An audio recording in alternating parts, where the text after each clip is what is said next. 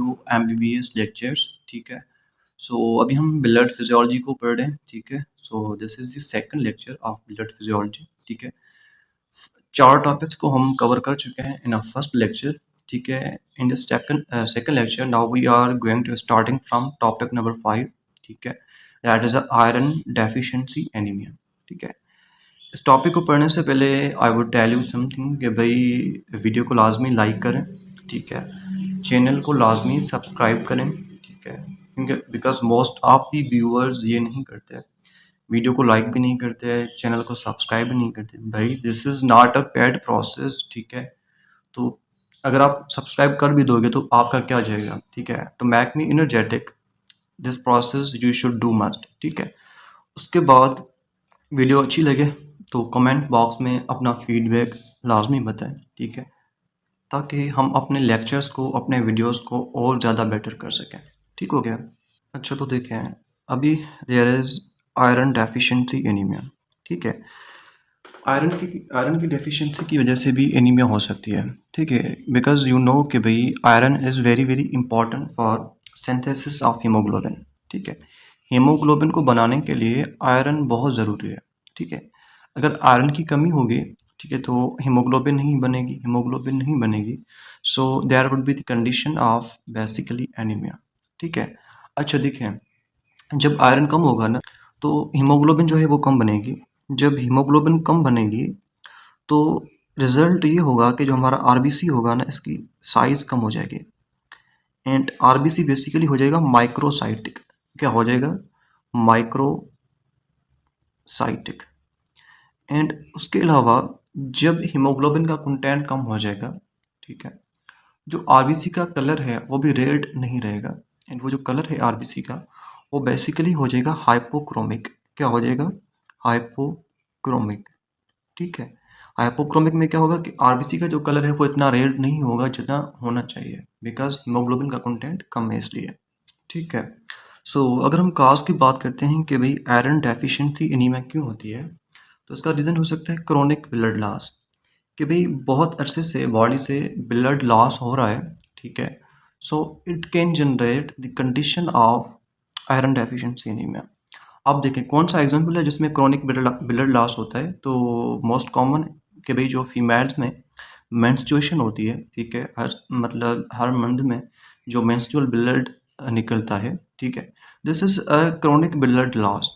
ठीक है, सो ये भी बेसिकली जो है ना आयरन डेफिशिएंसी एनीमिया करवा सकता है, बट इस अफेक्ट को हम कंपनसेट कर सकते हैं। ठीक है, अपनी डाइट को इम्प्रूव करके, लाइक हमें गोश्त वगैरह ज़्यादा खाना चाहिए। ठीक है, बिकॉज हमारा जो मीट है that is a rich source of you can say haemoglobin. ठीक है, अच्छा, sorry not haemoglobin only but also the major source of iron. ठीक है, उसके बाद हम पुअर डाइट इस्तेमाल करते हैं। ठीक है, पुअर डाइट मीन्स के भाई ऐसी डाइट को यूज़ कर रहे हैं जिसमें आयरन का कंटेंट कम है। ठीक है, या प्रेगनेंसी में भी जो है बेसिकली ये इशू हो सकता है। ठीक है, अच्छा, प्रेगनेंसी में बेसिकली ये क्यों होता है? बिकॉज देखें जब एक फीमेल नॉर्मल स्टेट में होती है ना, तो नॉर्मल स्टेट में बेसिकली उसको 1 milligram per day 1 milligram per day iron required होता है।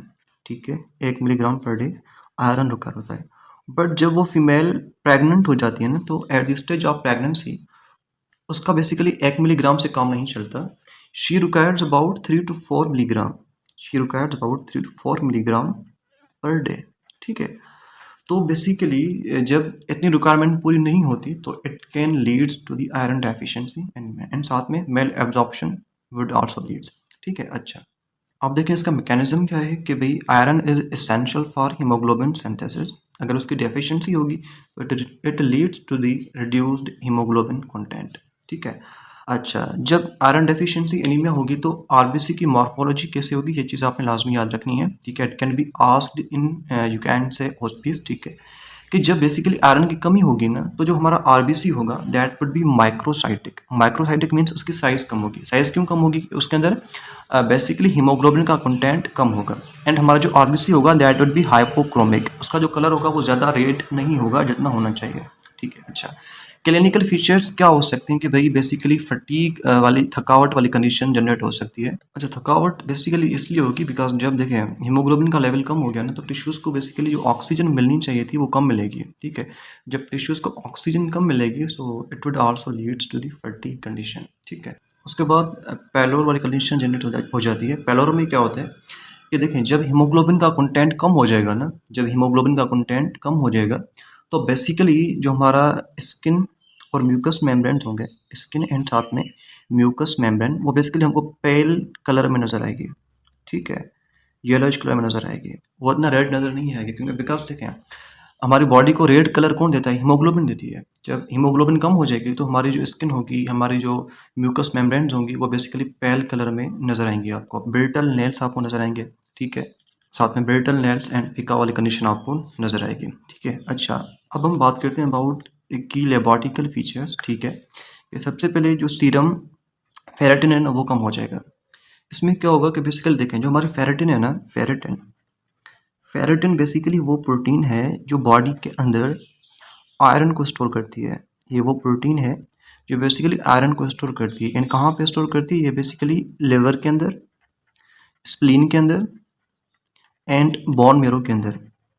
इन सेल्स के अंदर ये बेसिकली आयरन को स्टोर करती है, ठीक है। सो जब बेसिकली हीमोग्लोबिन की यू कैन से आयरन की डेफिशिएंसी होगी तो बेसिकली क्या होगा कि जो सीरम फेरेटिन है ना इसकी लेवल हमें कम मिलेगी, ठीक है। उसके बाद हमें टोटल आयरन बाइंडिंग कैपेसिटी बढ़ती हुई नजर आएगी, TIBC जिसको हम बोलते हैं। TIBC स्टैंड्स फॉर टोटल, देखिए मैं इसको यहाँ पे समझाता हूँ आपको। TIBC, one minute, separating from this, ठीक है। अच्छा देखिए TIBC क्या है? This is a basically total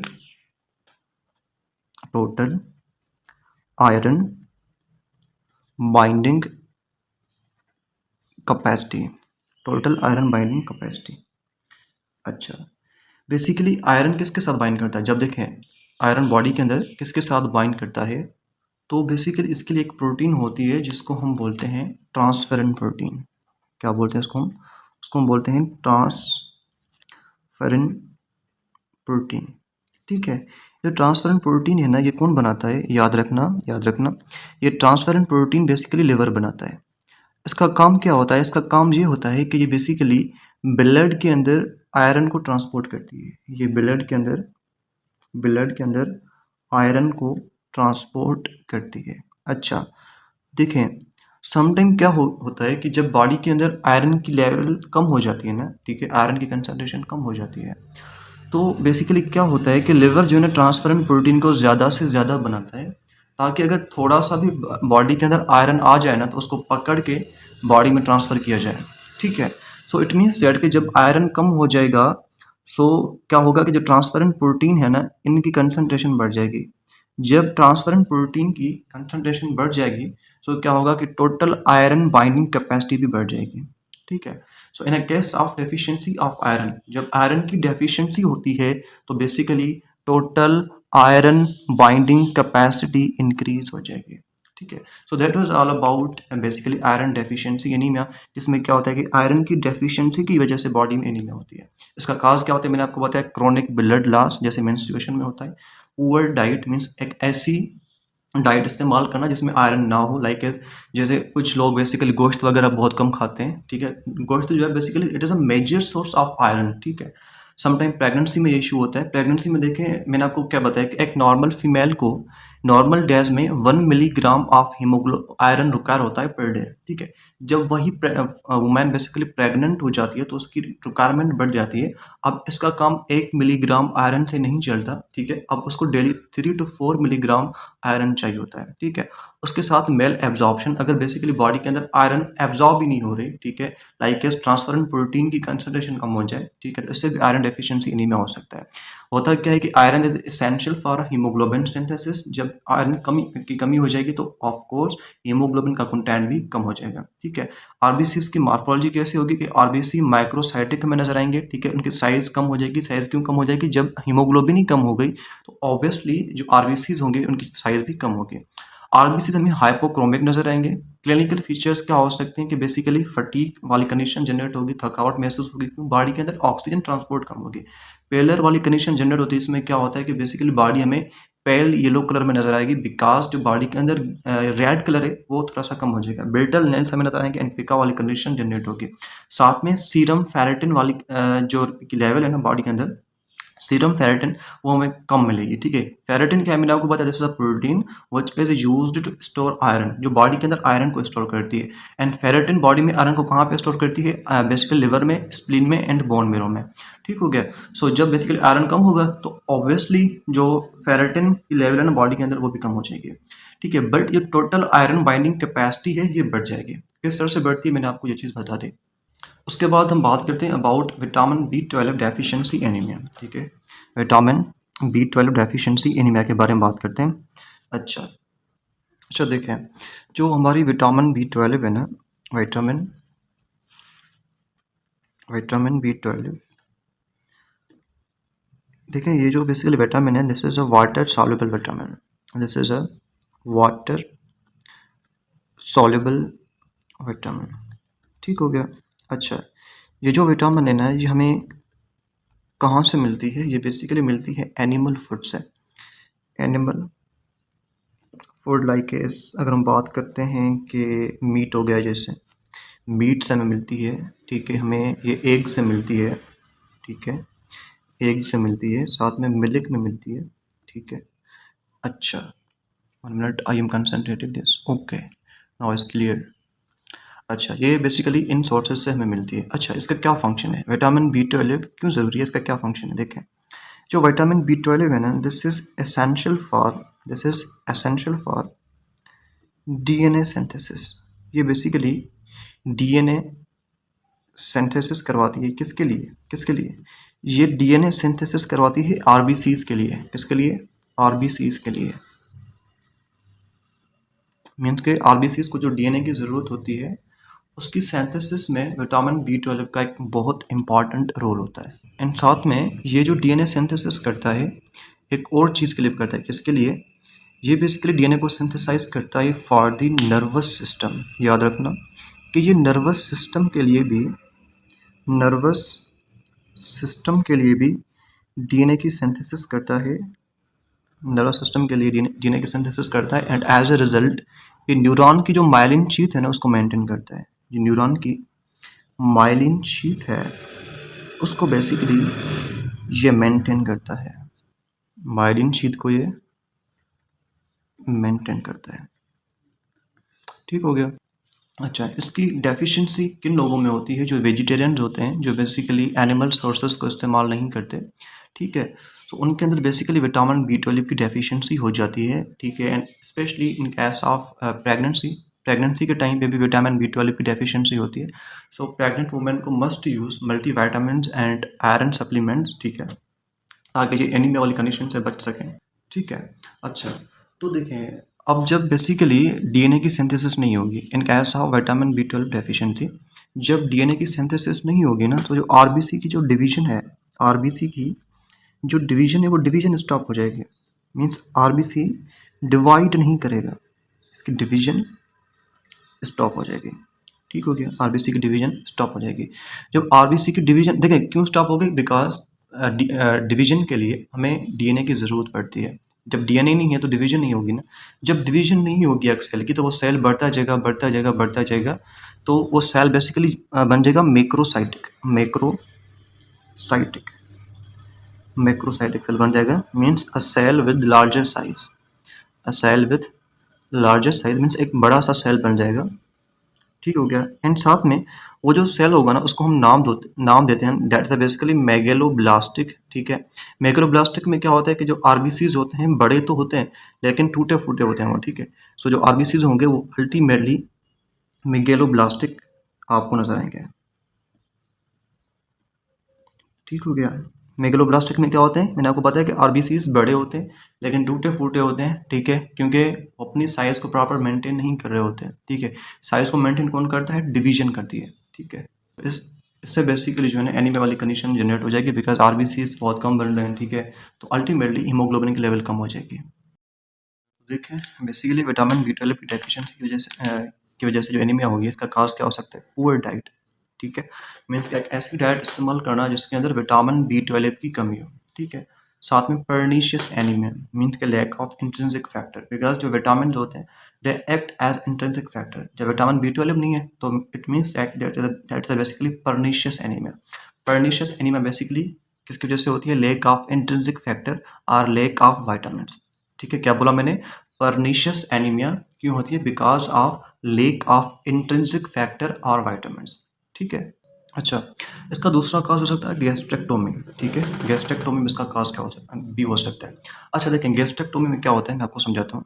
जो गैस्ट्रेक्टोमी है, ठीक है, gastrectomy it is a process जिसमें हम क्या करते हैं कि स्टमक को रिमूव करते हैं, स्टमक को रिमूव करते हैं। ठीक है, या स्टमक को रिमूव करेंगे या स्टमक के टिश्यूज़ को रिमूव करेंगे, या हाफ ऑफ स्टमक या स्टमक का कुछ पार्ट। ठीक है, या स्टमक के फ्यू टिश्यूज़ को हम रिमूव करते हैं इन अ केस ऑफ गैस्ट्रेक्टोमी। अच्छा देखें, जब हम बेसिकली स्टमक को रिमूव करते हैं तो बेसिकली क्या होता है, देखिए स्टमक के अंदर कुछ सेल्स होते हैं जिन सेल्स को हम नाम देते हैं पेराइटल सेल्स। जिन सेल्स को हम बोलते हैं पेराइटल सेल्स। ठीक है, ये पेराइटल सेल्स क्या करते हैं, ये पेराइटल सेल्स प्रोड्यूस करते हैं इंट्रिंसिक फैक्टर्स को। किसको प्रोड्यूस करते हैं, इंट्रिंसिक फैक्टर्स को। ठीक हो गया। अच्छा, ये अब इंट्रिंसिक फैक्टर्स क्या करते हैं, ये इंट्रिंसिक फैक्टर्स इंटेस्टाइन में जाते हैं, स्पेशली स्मॉल इंटेस्टाइन में जाते हैं। ठीक है, इंटेस्टाइन में जाके ये बेसिकली विटामिन B12 की एब्जॉर्प्शन करवाते हैं, विटामिन B12 की एब्जॉर्प्शन करवाते हैं।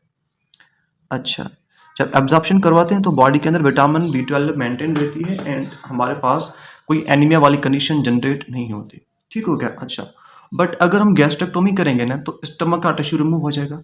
जब स्टमक का टिश्यू रिमूव हो जाएगा तो पेराइटल सेल्स की लेवल, ठीक है, इनका नंबर, इनकी क्वांटिटी कम हो जाएगी।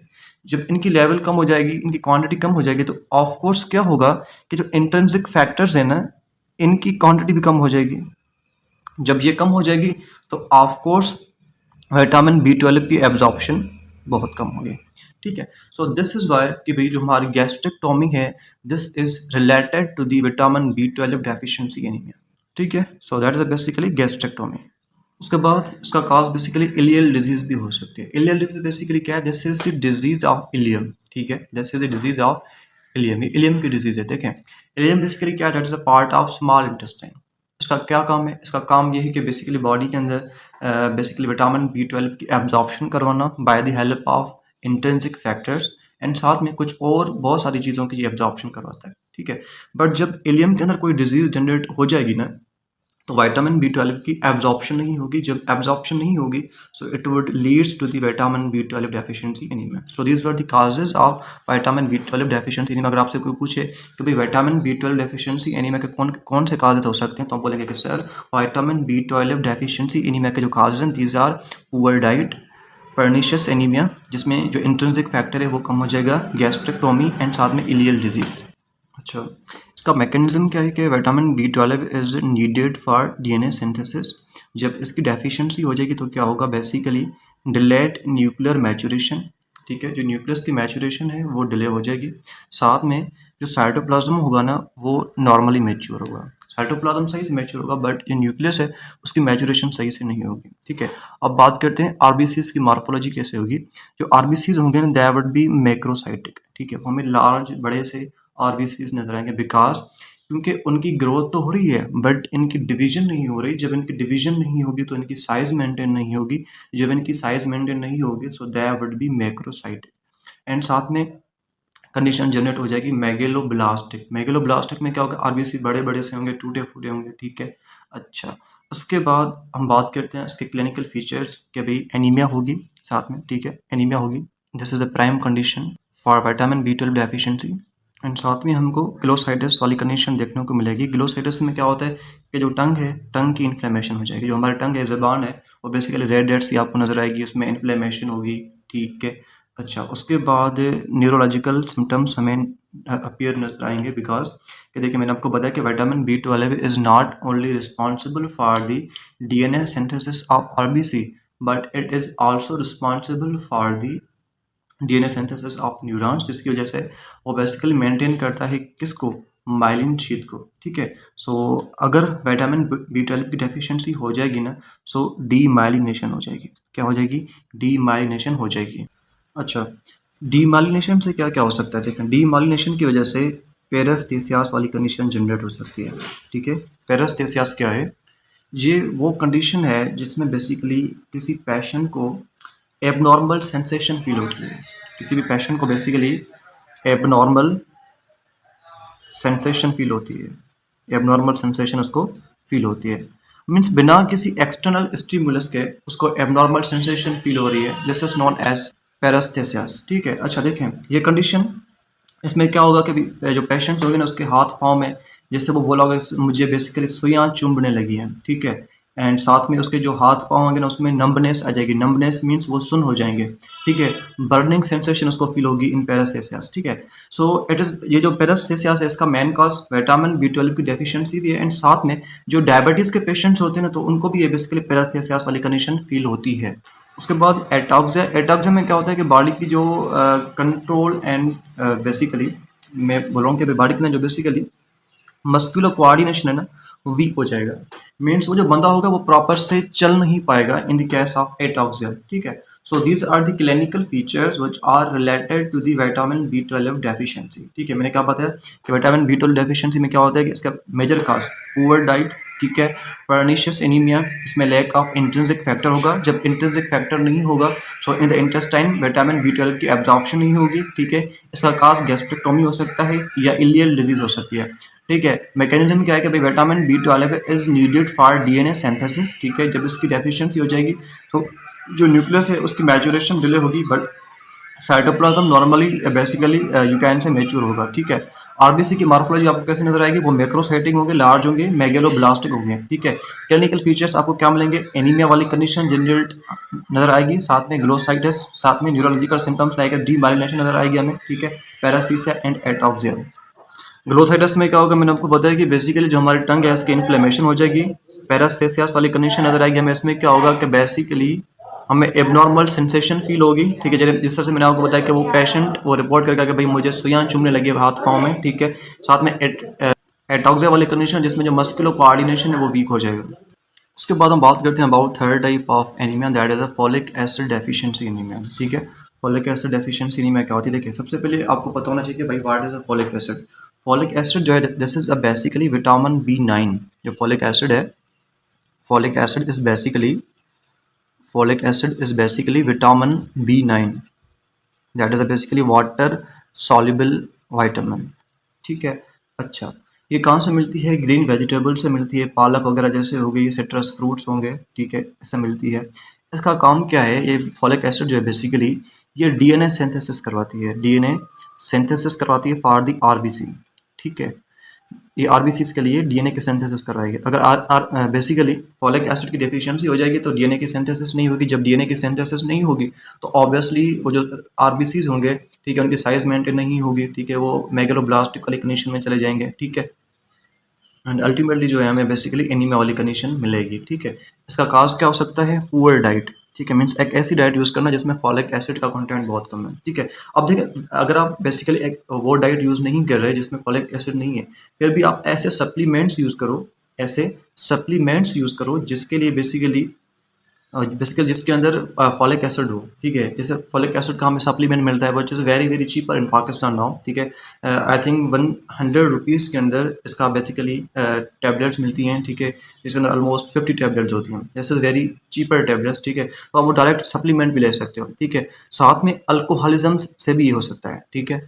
अच्छा देखिए, अल्कोहलिज्म किस तरह से रिलेटेड है to the deficiency of folic acid. देखें, जो लोग बेसिकली अल्कोहल का ज़्यादा इस्तेमाल करते हैं, तो मोस्ट ऑफ द केसेस में ये चीज़ ऑब्जर्व की गई है, जो अल्कोहलिक्स होते हैं, जो अल्कोहल को ड्रिंक करते हैं, मोस्ट ऑफ द टाइम में वो दीज आर नॉट वेजिटेरियन। वो लोग बेसिकली वेजिटेरियन नहीं होते, ठीक है। वो एक ऐसी डाइट को इस्तेमाल करते हैं, which is you can say not related to folic acid, ठीक है। एक तो ये रीजन है। दूसरी बात ये है कि जो अल्कोहल जो है ना, ये बेसिकली क्या करता है कि बॉडी के अंदर फॉलिक एसिड की ट्रांसपोर्ट को रोकता है, फॉलिक एसिड की ट्रांसपोर्ट को रोकता है, जिसकी वजह से क्या होगा कि फॉलिक एसिड की डेफिशिएंसी हो जाएगी, ठीक है। जब फॉलिक एसिड की डेफिशिएंसी हो जाएगी तो आरबीसी के लिए डीएनए की सिंथेसिस बंद हो जाएगी, ठीक है। अच्छा, अल्कोहल दो तरह से दो तरीकों से कुछ इस तरह से अफेक्ट करेगा। साथ में जब अल्कोहल बॉडी में आ जाता है ना, तो अल्कोहल बेसिकली क्या करता है, देखें, अल्कोहल बेसिकली डैमेज करता है लिवर को। किसको डैमेज करता है? लिवर को। एंड हमारे बॉडी के अंदर जो फॉलिक एसिड है ना, वो बेसिकली लिवर में जाकर स्टोर होती है। जब अल्कोहल लिवर में जाएगा, लिवर को डैमेज करेगा, लिवर की इन्फ्लेमेशन करेगा, तो फॉलिक एसिड का जो बेसिकली स्टोरेज था वहां पे वो खत्म हो जाएगा, ठीक है। सो इन दैट सेंस जो हमारा बेसिकली अल्कोहल है, that is related to the folic acid deficiency. उसके अलावा प्रेगनेंसी, प्रेगनेंसी में बेसिकली विटामिन बी 9 और फॉलिक एसिड की डेफिशिएंसी हो सकती है। देखें, होता क्या है कि बेसिकली ड्यूरिंग प्रेगनेंसी बेसिकली कि जो बेबी होता है, इसके सेल्स की रैपिड डिवीजन हो रही होती है, एंड उसके सेल्स की रैपिड डिवीजन के लिए हमें फॉलिक एसिड की ज़रूरत होती है, ठीक है। एक चीज़ और आप याद रखो कि भाई जब एक फीमेल प्रेग्नेंट होती है तो उसको बेसिकली फॉलिक एसिड की रिक्वायरमेंट बढ़ जाती है, 2 to 3 टाइम्स रिक्वायरमेंट बढ़ जाती है। जब रिक्वायरमेंट बढ़ जाती है एंड वो अगर बेसिकली वो वाली वुमेन फॉलिक एसिड नहीं ले रही, तो इससे क्या होगा कि बेसिकली जो फॉलिक एसिड डेफिशिएंसी एनीमिया वाली कंडीशन जनरेट हो जाएगी, ठीक है। एंड साथ में कुछ ड्रग्स हो सकती हैं लाइक एज मीथोट्रिक्सेट ड्रग। जो मीथोट्रिक्सेट ड्रग है ना, that is antagonistic to the basically folic acid. ये फॉलिक एसिड के बिल्कुल ऑपोजिट है, ठीक है। बेसिकली ये जो ड्रग है हम क्यों यूज़ करते हैं? For the treatment of cancer. जो ड्रग है बेसिकली हम क्यों यूज़ करते हैं? For the treatment of cancer. Cancer के लिए हम इसको इस्तेमाल करते हैं। बट होता क्या है कि कैंसर को तो ट्रीट करती है, बट साथ में ये जो फॉलिक एसिड है ना, इसका बॉडी के अंदर जो कन्वर्जन प्रोसेस है उसको रोक देती है, जिसकी वजह से क्या होगा कि फॉलिक एसिड डेफिशिएंसी हो जाएगी, ठीक है। उसके बाद मैकेनिज्म क्या है कि folic acid is responsible for DNA synthesis, ठीक है। आरबीसी की मॉर्फोलॉजी कैसे होगी? मैक्रोसाइटिक होगी, ठीक है। मेगलोब्लास्टिक होंगे, जिस तरह से विटामिन बी12 डेफिशिएंसी में थे। क्लिनिकल फीचर्स क्या होंगे? एनीमिया वाली कंडीशन होगी, ग्लोसाइटिस होगी, मींस इन्फ्लेमेशन ऑफ टंग, ठीक है। बट कोई न्यूरोलॉजिकल डिफेक्ट हमें नजर नहीं आएगा, ठीक है। So that is summary. उसके बाद हम अब स्टार्ट करते हैं topic number 6, which is basically blood groups, ABO and RH blood group system. पहले मैं इस टॉपिक को पहले हाईलाइट करता हूँ, देन आफ्टर हम इसको पढ़ते हैं। So now I have highlighted this topic, that is basically blood groups, ठीक है। ये बेसिकली बहुत बेसिक सी टॉपिक है, इसके अंदर कोई ज़्यादा डिटेल नहीं दी हुई, ठीक है। सो topic number 6 is basically blood groups, ठीक है। एंड अभी हम बेसिकली 2 ब्लड ग्रुप्स के बारे में पढ़ेंगे, एक एबीयू एंड साथ में दूसरा आरएच ब्लड ग्रुप सिस्टम, ठीक है। ABU and RH blood group system, अभी इन दोनों के बारे में हमने पढ़ना है, ठीक है। अच्छा, सबसे पहले हम बात करते हैं about ABO blood group system. जो एबीओ ब्लड ग्रुप सिस्टम है, बेसिकली इसका अगर हम बेसिक प्रिंसिपल की बात करते हैं तो ये बेसिकली डिटरमिन किया जाता है presence and absence of antigens, ठीक है, जिनको हम बेसिकली और नाम देते हैं, दैट इज ए ग्लूटिनोजेंस। एंटीजेंस बोलें और ए ग्लूटिनोजेंस बोलें, सेम बात है, ठीक है। अच्छा, ये जो एंटीजेंस हैं आर ए ग्लूटिनोजेंस हैं, ये बेसिकली प्रेजेंट होती हैं on the surface of RBC. This thing is very basic as well as very important, जो आपने याद रखना है, ठीक है। अच्छा, एबीओ ब्लड ग्रुप सिस्टम के अंदर टोटल 2 मेन एंटीजेंस होती हैं, these are antigen A and antigen B, ठीक है। अच्छा, एंटीजन के ऑपोजिट प्रेजेंट होती हैं एंटीबॉडीज़। क्या प्रेजेंट होती हैं? एंटीबॉडीज़, जिनको हम नाम देते हैं ए ग्लूटेनेंस। इनको हम नाम देते हैं ए ग्लूटेनेंस। एंटीजेंस को बोलते हैं ए ग्लूटिनोजेंस, एंटीबॉडीज़ को बोलते हैं ए ग्लूटेनेंस, ठीक है। अच्छा, ये जो एंटीबॉडीज़ है ना, सॉरी, एंटीबॉडीज़ आर ए ग्लूटेनेंस, ये प्रेजेंट होती हैं प्लाज्मा में। So this thing is very important. मैं 1 सेकेंड यहाँ पे लिख रहा हूँ। ये जो एंटीजेंस होती हैं, antigens, these are present on surface of RBC। ये आरबीसी की सरफेस के ऊपर प्रेजेंट होती हैं, ठीक हो गया। बट हमारी जो एंटीबॉडीज़ हैं, एंटीबॉडीज़, ये बेसिकली प्रेजेंट होती हैं कहाँ पे? ये प्रेजेंट होती हैं बेसिकली ब्लड प्लाज्मा में, ब्लड प्लाज्मा में। फॉर आरबीसी क्यू सेंस ये चीज़ आपने लाजमी याद रखनी है, ठीक हो गया। अच्छा, अभी हम बात करते हैं about the types of ABO blood group system. सबसे पहले ग्रुप ए आ जाता है हमारे पास, ठीक है, जिसमें क्या होता है कि ए एंटीजन प्रेजेंट होती है आरबीसी की सरफेस के ऊपर, बट प्लाज्मा के अंदर जो ब्लड प्लाज्मा है इसके अंदर एंटी बी एंटीबॉडी प्रेजेंट होगी, ठीक है। अगर ब्लड ग्रुप बी है, ठीक है, तो बी एंटीजन प्रेजेंट होगी आरबीसी की सरफेस के ऊपर, बट ब्लड प्लाज्मा के अंदर एंटी ए एंटीबॉडी प्रेजेंट होगी, ठीक है। अगर ब्लड ग्रुप ए भी है तो क्या होगा कि आरबीसी की सरफेस के ऊपर both of the antigens are present, antigen A as well as antigen B, but याद रखना in this case the plasma has no antibodies, plasma के पास कोई भी एंटीबॉडी नहीं होगी। And this thing is also very important to remember कि A B blood group को हम बेसिकली बोलते हैं universal recipient.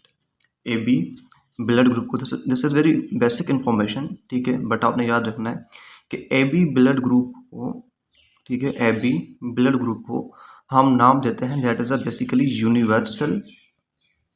Universal recipient, and blood group O को हम बोलते हैं यूनिवर्सल डोनर, ठीक है।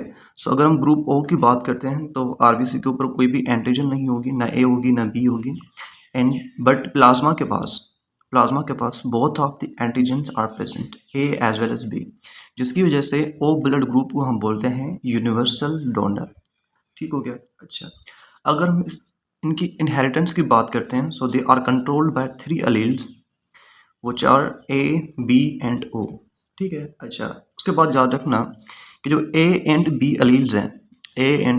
अलील्स हैं, दीज आर कोडोमिनेंट, मीन वो साथ में एक्सप्रेस हो सकते हैं, ठीक है। साथ अगर हम बात करते हैं एक्स एक्स है, ठीक है, अगर एक एक्स के पास ए एंटीजन है, दूसरी एक्स के पास बी एंटीजन है, तो ओवरऑल जो ब्लड ग्रुप बनेगा ना that would be A B, ठीक है। मीन्स दोनों जो बेसिकली एंटीजन्स होंगी, दोनों जो अलील्स होंगे वो एक दूसरे को एक दूसरे के साथ मिलके अपना एक्सप्रेशन देंगी, दैट्स वाई जो ए एंड बी अलील्स हैं these are codominant to each other, but O is a recessive, O recessive है, ठीक हो गया। मीन्स कि ये बेसिकली वो जो है ये एक्सप्रेस करेगा in only the condition of homozygous, ठीक है। हेटेरोजाइगस कंडीशन में ये एक्सप्रेस नहीं कर सकता because this is a recessive. अच्छा, अगर हम इम्पोर्टेंस की बात करते हैं तो ये जो ब्लड ग्रुप्स होते हैं इनकी जो इम्पोर्टेंस सबसे ज़्यादा होती है वो इन the case of mismatch. Means के बेसिकली हम ब्लड ग्रुप्स को प्रॉपर अंडरस्टैंड करके जो मिसमैच वाली कंडीशन है ना इससे बच सकते हैं, इससे बेसिकली हम बच सकते हैं, ठीक है। अगर हम बेसिकली कोई पर्सन है जिसका ब्लड ग्रुप ए है उसको हम बी देंगे तो क्या होगा कि जो एंटीबॉडीज़ होंगी ना वो बेसिकली ए ग्लूटिनेशन करवाएंगी, ठीक है, एंड हिमोलाइसिस कराएंगी, and this is a life threatening condition, ठीक है। उसके बाद हम बात करते हैं about Rh blood group system, Rh blood group system. अच्छा, अगर हम इसके बेसिक प्रिंसिपल की बात करते हैं तो यहाँ पे एक मेजर एंटीजन होती है that is a D antigen. This thing is also very important to remember कि जो आरएच ब्लड ग्रुप सिस्टम को, आरएच ब्लड ग्रुप सिस्टम को जो एंटीजन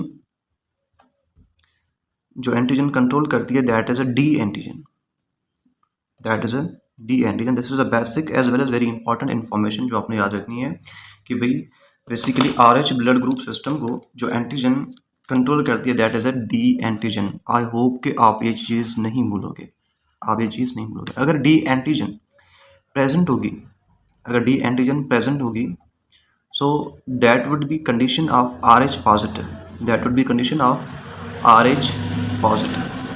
but अगर D antigen absent होगी, D antigen absent होगी, so that would be the condition of RH negative, that would be condition of RH negative, ठीक हो गया। So once again I repeating कि भाई आरएच ब्लड ग्रुप सिस्टम को जो antigen control करती है that is a D antigen, that is a D antigen. अगर डी एंटीजन प्रेजेंट है, अगर डी एंटीजन प्रेजेंट है then the person is R H positive, वो जो पर्सन होगा वो आर एच पॉजिटिव होगा। अच्छा, अगर डी एंटीजन एब्सेंट है, अगर डी एंटीजन एब्सेंट है then the person would be R H negative, ठीक हो गया। अच्छा, उसके बाद एक और interesting information is here that कि भी जो एंटीबॉडीज़ होती हैं ना R H blood group system की, unlike ABO blood group system. अच्छा देखिए, एबीओ ब्लड ग्रुप सिस्टम में क्या होता है? एबीओ ब्लड ग्रुप सिस्टम ये होता है कि अगर देखें किसी बंदे का ब्लड ग्रुप है ए, अगर ए ब्लड ग्रुप है ना, तो इससे क्या होगा कि उसके पास ए एंटीजन प्रेजेंट होगी, ए एंटीजन प्रेजेंट होगी, एंड उसके पास एंटी बी एंटीबॉडी भी प्रेजेंट होगी, मीन्स एंटीबॉडी, ठीक है, मीन्स ऑटोमेटिकली उसके पास एंटीबॉडीज प्रेजेंट होंगी, ठीक है। तो इट मीन्स दैट के ABO blood group system contents naturally antibodies, उसके पास एंटीबॉडीज लाजमी होती हैं, but this thing does not exist in R H group system, ठीक है। अगर बी है, B group blood group B है, तो ए एंटीबॉडी लाजमी होगी, ठीक है। अगर ब्लड ग्रुप ओ है तो एंटीबॉडी ए भी होगी, बी भी होगी। बट अगर देखें, मैं बात करता हूँ कि blood group are H negative है, आर एच नेगेटिव है, तो बेसिकली यहाँ पे डी एंटीजन, सॉरी, और यहाँ पे R H antibody, R H antibody present नहीं होगी, नहीं होगी, ठीक है, ठीक है। तो ये चीज़ यहाँ पे लिखी हुई है कि unlike ABO blood group system, anti R H antibodies are not naturally present, they are formed only after exposure to Rh positive blood by the process of pregnancy or transfusion, ठीक हो गया। अच्छा, अगर हम इसकी क्लिनिकल इंपॉर्टेंस की बात करते हैं तो जो हम एक बहुत इंपॉर्टेंट कंडीशन देखते हैं दैट इज एरिथ्रोब्लास्टोसिस फीटलिस, ये बेसिकली इसकी एबनॉर्मलिटी की वजह से होती है, जो बेसिकली हमें RH ब्लड ग्रुप सिस्टम की ट्रांसफ्यूजन को एक बहुत अच्छे से समझने की यू कैन से हामिल होती है, ठीक है। अच्छा, अगर RH नेगेटिव मदर को हम RH बेसिकली क्या हो गया, प्रेगनेंसी हो गई एंड RH नेगेटिव मदर ने कंसीव कर लिया RH पॉजिटिव फीटस, तो क्या होगा कि ड्यूरिंग डिलीवरी जो फीटल आरबीसीज होंगी ना, तो बेसिकली कुछ एंटर करेंगी मैटरनल सर्कुलेशन के अंदर, जिससे क्या होगा कि जो मदर होगी वो एंटी बी एंटीबॉडीज़ बनाएंगे। तो जब उस मदर को नेक्स्ट प्रेगनेंसी होगी एंड वो प्रेगनेंसी कौन सी है, RH पॉजिटिव प्रेगनेंसी होगी, तो मैटरनल इम्यूनोग्लोबिन जो होंगी, ठीक है, जो RH एंटीबॉडीज थी, एंटी टी एंटीबॉडीज थी, ठीक है, वो क्रॉस करेंगी मैटरनल प्लेसेंटा को एंड वो बेबी तक चली जाएंगी एंड उस बेबी के जो आरबीसीज होंगे उसकी हीमोलाइसिस करवाएंगे।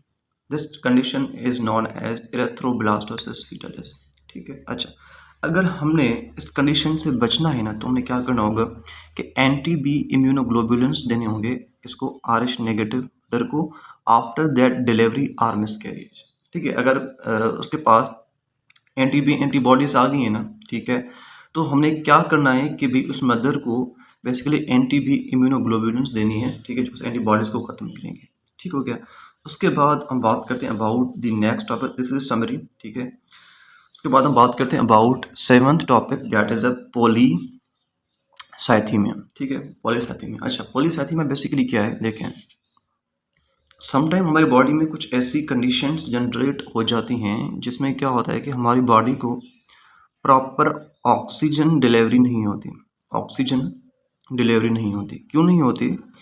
या तो हम एक ऐसी हाइट पे चले जाते हैं वहाँ पे ऑक्सीजन कम है, या हम एक ऐसी यू कैन से सरफेस पे मौजूद है जहाँ पे ऑक्सीजन का कंटेंट कम है, तो ऑटोमेटिकली क्या होता है कि हमारी बॉडी के अंदर जो आरबीसीज का काउंट है ना, आरबीसीज का जो नंबर है वो बढ़ जाता है, आरबीसीज का नंबर बढ़ जाता है। जब आरबीसीज का नंबर बढ़ जाता है ना, तो ऑक्सीजन की कंपनसेशन हो जाती है, ऑक्सीजन की कंपनसेशन हो जाती है, ठीक है, ऑक्सीजन की कंपनसेशन हो जाती है एंड बॉडी को प्रॉपर ऑक्सीजन फिर मिल रही होती है। तो एक ऐसी कंडीशन जिसके अंदर बॉडी के अंदर आरबीसीज का नंबर बढ़ जाए या ब्लड सेल्स का, specially most of the cases में आरबीसीज का नंबर बढ़ता है, इट डजंट मीन कि all the time RBC would increase, WBC भी इंक्रीज हो सकते हैं, डब्ल्यूबीसी भी इंक्रीज होंगे, साथ में प्लेटिलेट्स भी इंक्रीज होंगे, ठीक है, ठीक हो गया। सो एक ऐसी कंडीशन जिसके अंदर बॉडी के अंदर blood cells, overall blood cells का नंबर बढ़ जाए, so this condition is known as polycythaemia, ठीक है। अच्छा, अगर ब्लड सेल्स का नंबर बढ़ जाएगा तो पता है क्या होगा, ये जो हमारा ब्लड है ना, ब्लड, वो ब्लड विस्कस हो जाएगा, हमारा ब्लड विस्कस हो जाएगा। सो पॉलीसाइथीमिया की जो बेसिकली मोस्ट कॉमन ऑब्जर्वेशन यही होती है कि जो हमारा ब्लड है वो विस्कस हो जाता है, ब्लड प्रॉपर फ्लो नहीं कर सकता, ठीक है। इससे कुछ और कॉम्प्लिकेशंस जनरेट हो सकती हैं, ठीक है। सो अभी हम इसको पढ़ते हैं कि what is a polycythaemia. So polycythaemia is a basically increase in RBC count and haemoglobin concentration above the normal, ठीक है। जिससे क्या होगा कि इंक्रीज होगी ब्लड विस्कोसिटी एंड वो अफेक्ट करेगी ब्लड सर्कुलेशन को, ठीक है। वंस अगेन आई रिपीटिंग कि भाई पॉलीसाइथीमिया क्या है, जब आरबीसी का मैंने आपको पहले बताया कि भाई ओवरऑल ब्लड सेल्स का नंबर इंक्रीज हो सकता है। ऐसा नहीं है कि all the time RBC he increase करेंगे। एक मिनट, ओके, ठीक है। ऐसा नहीं है कि all the time RBC he increase करेंगे, डब्ल्यूबीसी भी इंक्रीज कर सकते हैं, प्लेटलेट्स भी इंक्रीज कर सकती हैं, ठीक है। अच्छा, तो but most of the cases में क्या होगा कि आरबीसीज इंक्रीज करेंगे। तो increases in RBC count and साथ में haemoglobin concentration above the normal level, ठीक है। जब आरबीसी का नंबर बढ़ जाए, हीमोग्लोबिन की लेवल बढ़ जाए अबव द नॉर्मल, एंड जिससे हमारी ब्लड की विस्कोसिटी बढ़ जाए एंड ब्लड की सर्कुलेशन अफेक्टेड हो जाए, this condition is known as polycythaemia. अच्छा, उसके बाद हम बात करते हैं about the types of polycythaemia कि जो पॉलीसाइथीमिया है इसके कौन से टाइप्स हैं। नंबर वन, इसका जो पहला टाइप है, इसके ओवरऑल 4 टाइप्स हैं, ठीक है। Number one is primary polycythaemia. Number one is basically primary polycythaemia, जिसको हम पॉलीसाइथीमिया वीरा भी बोलते हैं। ये चीज़ आपने लाजमी याद रखनी है फॉर बीसी के पर्पस कि प्राइमरी पॉलीसाइथीमिया को हम पॉलीसाइथीमिया वेरा भी बोलते हैं, ठीक है। प्राइमरी मैं यहाँ पे लिख रहा हूँ वन सेकेंड, ताकि आप इस चीज़ को लॉन्ग टर्म के लिए याद कर सको। जो प्राइमरी पॉलीसाइथीमिया है, प्राइमरी पॉलीसाइथीमिया है, इसको हम बोलते हैं पॉलीसाइथीमिया वेरा, पॉलीसाइथीमिया वेरा, ठीक हो गया। अच्छा, तो बात करते हैं जो हमारी प्राइमरी पॉलीसाइथीमिया है या पॉलीसाइथीमिया वेरा है, ये क्या चीज़ है। अच्छा, अगर हम इसके काज की बात करते हैं, तो बेसिकली जो प्राइमरी पॉलीसाइथीमिया है इसमें क्या होता है कि जो हमारा बोन मेरो है ना, हमारा बोन मेरो, इसके अंदर एबनॉर्मलिटी आती है हमारे बोन मेरो के अंदर। तो प्राइमरी पॉलीसाइथीमिया में हमारा जो बोन मेरो है इसमें एबनॉर्मलिटी आती है। एबनॉर्मलिटी की वजह से क्या होता है कि अनकंट्रोल्ड प्रोडक्शन होती है आरबीसीज की, ठीक है, एंड समटाइम डब्ल्यूबीसीज एज वेल एज प्लेटलेट्स, ठीक हो गया। सो जो हमारी प्राइमरी पॉलीसाइथीमिया है, प्राइमरी पॉलीसाइथीमिया में ये होगा कि जो हमारा बोन मेरो है उस बोन मेरो के अंदर एबनॉर्मलिटी आ जाएगी। जब बोन मेरो के अंदर एबनॉर्मलिटी आ जाएगी सो क्या होगा कि अनकंट्रोल्ड प्रोडक्शन होगी डब्ल्यूबीसीज की, समटाइम आरबीसीज भी अनकंट्रोल्ड मैनर में प्रोड्यूस होंगे एंड साथ में प्लेटलेट्स भी। अच्छा, जब आरबीसीज अनकंट्रोल्ड मैनर में प्रोड्यूस होंगे ना, तो आरबीसीज का जो नंबर है वो बढ़ जाएगा। कितना हो जाएगा? 7 to 8 मिलियन पर मिलीलीटर, ठीक हो गया। 7 to 8 मिलियन पर मिलीलीटर। पहले क्या था? पहले इनका नंबर था 4.5, कितना था? 4.5 to 6 मिलियन पर मिलीलीटर, बट अब कितना हो गया? 7 to 8 मिलियन, ठीक हो गया। सो ये चीज़ आपने याद रखनी है कि प्राइमरी पॉलीसाइथीमिया के अंदर बेसिकली जो आरबीसीज का नंबर है वो इंक्रीज हो जाएगा। कितना हो जाएगा? 6 मिलियन से बढ़ जाएगा 7 to 8 मिलियन तक चला जाएगा। अच्छा, उसके बाद हीमेटोक्रिट जो है, हमारी हीमेटोक्रिट, ये भी इंक्रीज हो जाएगी, वो भी 60 to 70% तक पहुंच जाएगी। अच्छा, हीमेटोक्रिट क्या होती है? Haematocrit is basically the volume of RBCs, ठीक है। अच्छा देखिए, नॉर्मली यू कैन से कि जो हमारे मेल्स होते हैं, मेल्स के अंदर तकरीबन 45% यू कैन से आरबीसीज का वॉल्यूम होता है एंड फीमेल्स के अंदर राउंड अबाउट 36%, ठीक है। But in case of polycythaemia कि इनका जो वॉल्यूम है, ओवरऑल आरबीसीज का वॉल्यूम है, जिसको हम हेमेटोक्रिट बोलते हैं, वो बढ़ जाता है and up to the 60 to 70% तक पहुंच जाता है। अच्छा, उसके बाद जब आरबीसीज बढ़ गए, इनका नंबर बढ़ गया, इनका वॉल्यूम बढ़ गया, तो ब्लड विस्कस हो जाएगा, स्लगिश फ्लो होगा एंड साथ में थ्रोम्बोसिस हो सकती है, ठीक है। हाइपरटेंशन वाली कंडीशन जनरेट हो सकती है। अच्छा, it is a type of myelo proliferative disorder. अच्छा, माइलो प्रोलिफरेटिव डिसऑर्डर का क्या मतलब है? माइलो का मतलब होता है bone marrow. Myelo means bone marrow and proliferation means rapid growth, means कि जो हमारा बोन मेरो है इसकी रैपिड ग्रोथ होगी, वो ज़्यादा से ज़्यादा ब्लड सेल्स की फॉर्मेशन करेगा एंड एज अ रिजल्ट हमारा ब्लड विस्कस हो जाएगा, स्लगिश फ्लो हो जाएगा। कंडीशन कौन सी जनरेट हो सकती है? थ्रोम्बोसिस, हाइपरटेंशन, ठीक है। So that was a condition of primary polycythaemia, ठीक हो गया। अब हम बात करते हैं अबाउट सेकेंडरी पॉलीसाइथेमिया। अच्छा, सेकेंडरी पॉलीसाइथेमिया में क्या होता है कि basically this is that condition which is basically the physiological response to hypoxia, ठीक है। जब बेसिकली बॉडी के अंदर ऑक्सीजन की कंसंट्रेशन कम हो जाए, ठीक है, जिसको हम बोलते हैं हाइपोक्सिया। तो हाइपोक्सिया के नतीजे में क्या होता है कि जो बॉडी के अंदर एरिथ्रोपोइटिन है ना, इसकी सिक्रेशन इंक्रीज हो जाती है, ठीक है। So this is known as secondary polycythaemia. तो सेकेंडरी पॉलीसाइथेमिया क्या है? प्राइमरी पॉलीसाइथेमिया में क्या था? प्राइमरी पॉलीसाइथेमिया में बेसिकली बोन मेरो के अंदर एबनॉर्मलिटी थी। यहाँ पे क्या है कि ऑक्सीजन की कंसंट्रेशन कम है, ऑक्सीजन की कंसंट्रेशन कम है। जब ऑक्सीजन की कंसंट्रेशन कम है ना, तो बॉडी के अंदर एरेथ्रोपोइटिन ये वो वाला यू कैन से हार्मोन है जो बेसिकली क्या करता है, बॉडी के अंदर आरबीसीज की फॉर्मेशन कराता है, आरबीसीज की फॉर्मेशन कराता है, ठीक है, in a condition of decreased oxygen level, ठीक है। सो जब बेसिकली आरबीसीज की फॉर्मेशन होगी इन रिस्पॉन्स ऑफ एरिथ्रोपोइटिन, तो ऑब्वियसली क्या होगा कि बॉडी के अंदर आरबीसीज का नंबर बढ़ जाएगा, आरबीसीज का नंबर बढ़ जाएगा। जब आरबीसीज का नंबर बढ़ेगा तो क्या होगा कि बेसिकली अगेन जो हमारा ब्लड है वो विस्कस हो जाएगा, हमारा ब्लड विस्कस हो जाएगा, ठीक है। So this is a condition of secondary polycythaemia, ठीक है। सो वंस अगेन यहाँ पे देखें, this is a physiological response to hypoxia, ठीक है। क्यों बेसिकली यहाँ पे बेसिकली ये फिजियोलॉजिकल रिस्पांस जनरेट हो रहा है? ये जो फिजियोलॉजिकल रिस्पांस जनरेट हो रहा है ये बेसिकली इंक्रीज्ड एरिथ्रोपोइटिन सिक्रेशन की वजह से हो रहा है, ठीक है। सो ये चीज़ आपने याद रखनी है कि प्राइमरी पॉलीसाइथेमिया के अंदर बोन मेरो में अफेक्ट आ गया था, सेकेंडरी पॉलीसाइथेमिया में बेसिकली ये होगा कि जो हमारा एरिथ्रोपोइटिन है इसकी सिक्रेशन बढ़ जाएगी। अच्छा, ये कब बढ़ जाएगी? जब हम हाई अल्टीट्यूड पे चले जाएंगे या बेसिकली क्रोनिक लंग डिजीज होगी। क्रोनिक लंग डिजीज में क्या होगा कि बेसिकली ये होगा कि जो हमारे अल्वेओलाई वगैरह होंगे ना वो डैमेज हो जाएंगे, ठीक है, ऑक्सीजन की प्रॉपर डिलीवरी नहीं हो पाएगी, ठीक है। सो अल्टीमेटली हमारा जो एरिथ्रोपोइटिन है ना ये बेसिकली इंक्रीज हो जाएगा एंड वो आरबीसीज को ज़्यादा से ज़्यादा बनाएगा, ठीक है। एंड साथ में कंजेनिटल हार्ट डिजीज जिसमें हम बोल सकते हैं साइनोटिक हार्ट डिजीज जो है, इसमें बेसिकली सेकेंडरी पॉलीसाइथेमिया वाली कंडीशन जनरेट होगी, ठीक है।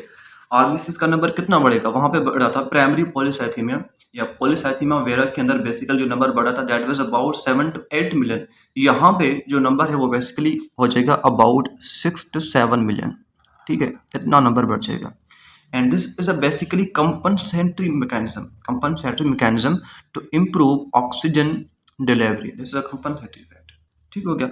उसके बाद हम बात करते हैं अबाउट रिलेटिव पॉलीसाइथेमिया। अच्छा, तो रिलेटिव पॉलीसाइथेमिया क्या होता है कि इसमें ये होगा कि there is increase in RBC count, due to loss of plasma volume, ठीक है। क्यों होगा? बिकॉज ऑफ डिहाइड्रेशन और सीवियर बर्न्स, ठीक है। आरबीसी जो होंगे वो तो नॉर्मल होंगे, बट जो हमारा हीमेटोक्रिट है वो बेसिकली इंक्रीज हो जाएगा, वो राइज हो जाएगा, ठीक है। मैंने क्या बोला कि रिलेटिव पॉलीसाइथेमिया में ये होगा कि हमें अपेरेंटली ये लगेगा कि हमारे आरबीसीज बढ़ गए हैं, बट एक्चुअली में क्या होगा कि हमारा आरबीसीज नहीं बढ़ते, मींस ना कि हमारे बोन मेरो के अंदर इशू होगा, ना कि एरिथ्रोपोइटिन की कंसंट्रेशन बढ़ेगी, ठीक है। इट मींस दैट कि हमारे आरबीसीज का नंबर नॉर्मल ही होगा। कितना होगा नॉर्मल? 4.5 to 6 मिलियन, ठीक है, यही नंबर होगा आरबीसीज का। बट अपेरेंटली हमें फील होगा कि हमारे आरबीसीज बढ़ गए हैं। ये क्यों फील होगा? Because of loss of blood plasma loss हो जाएगा बिकॉज ऑफ डिहाइड्रेशन और सीवियर बर्न्स, ठीक है। जब वो लॉस हो जाएगा तो हमें ये लगेगा कि भाई हमारे आरबीसीज बढ़ गए हैं। देखिए इस चीज़ को मैं आपको ऐसे समझाता हूँ। देखें यहाँ पे एक गिलास है, ठीक है, एंड इस गिलास के अंदर हम क्या करते हैं, इस गिलास के अंदर हम पानी भी डालते हैं, ठीक है। मैं ब्लू पेन से शो करता हूँ किसको? पानी को, ठीक है, ब्लू इज अवर पानी, ठीक है। एंड इसके अंदर मैं रूह अफ़ज़ा भी डालता हूँ, जो शरबत है हमारा रूह अफ़ज़ा, मैं इसको भी डालता हूँ, ठीक है। अच्छा, तो जब आप इसको टेस्ट करोगे तो नॉर्मली क्या होगा कि आपने प्रॉपर अमाउंट ऑफ वाटर भी डाला है, proper amount of Rooh Afza भी डाला है, तो आपको नॉर्मल टेस्ट फील होगी, आपको नॉर्मल टेस्ट फील होगी, ठीक हो गया। अच्छा, तो बेसिकली अगर हम क्या करें, अगर हम ये करें कि यहाँ से वाटर को एवापोरेट कर लें, वाटर को यहाँ से एवापोरेट कर लें, जब वाटर यहाँ से निकल जाएगा ना, जब यहाँ से वाटर निकल जाएगा, जब वाटर यहाँ से निकल जाएगा तो जो रूह अफ़ज़ा है वो तो सेम ही रहेगा ना, वो तो आपने नहीं बढ़ाया, वो तो सेम ही रहेगा।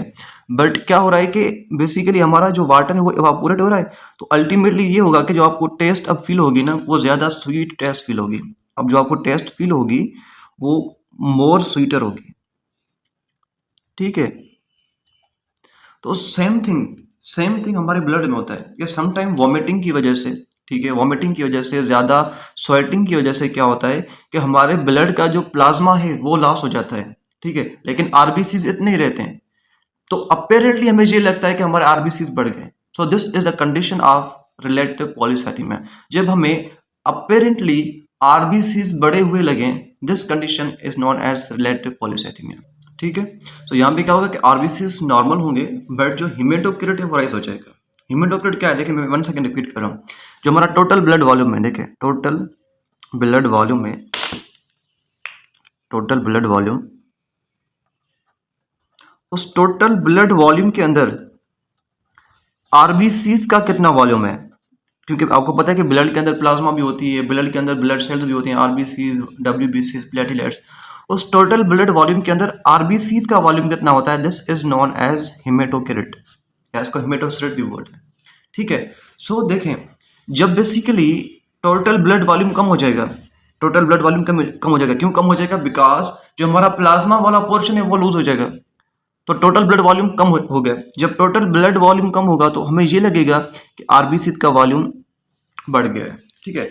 सो रिलेटिव पॉलीसाइथेमिया में हमें जो हिमेटोक्रिट है ना वो राइज होता हुआ दिखाई देता है, ठीक है। अब बात करते हैं इसके इफेक्ट्स कौन से होंगे सर्कुलेशन के ऊपर, ठीक है।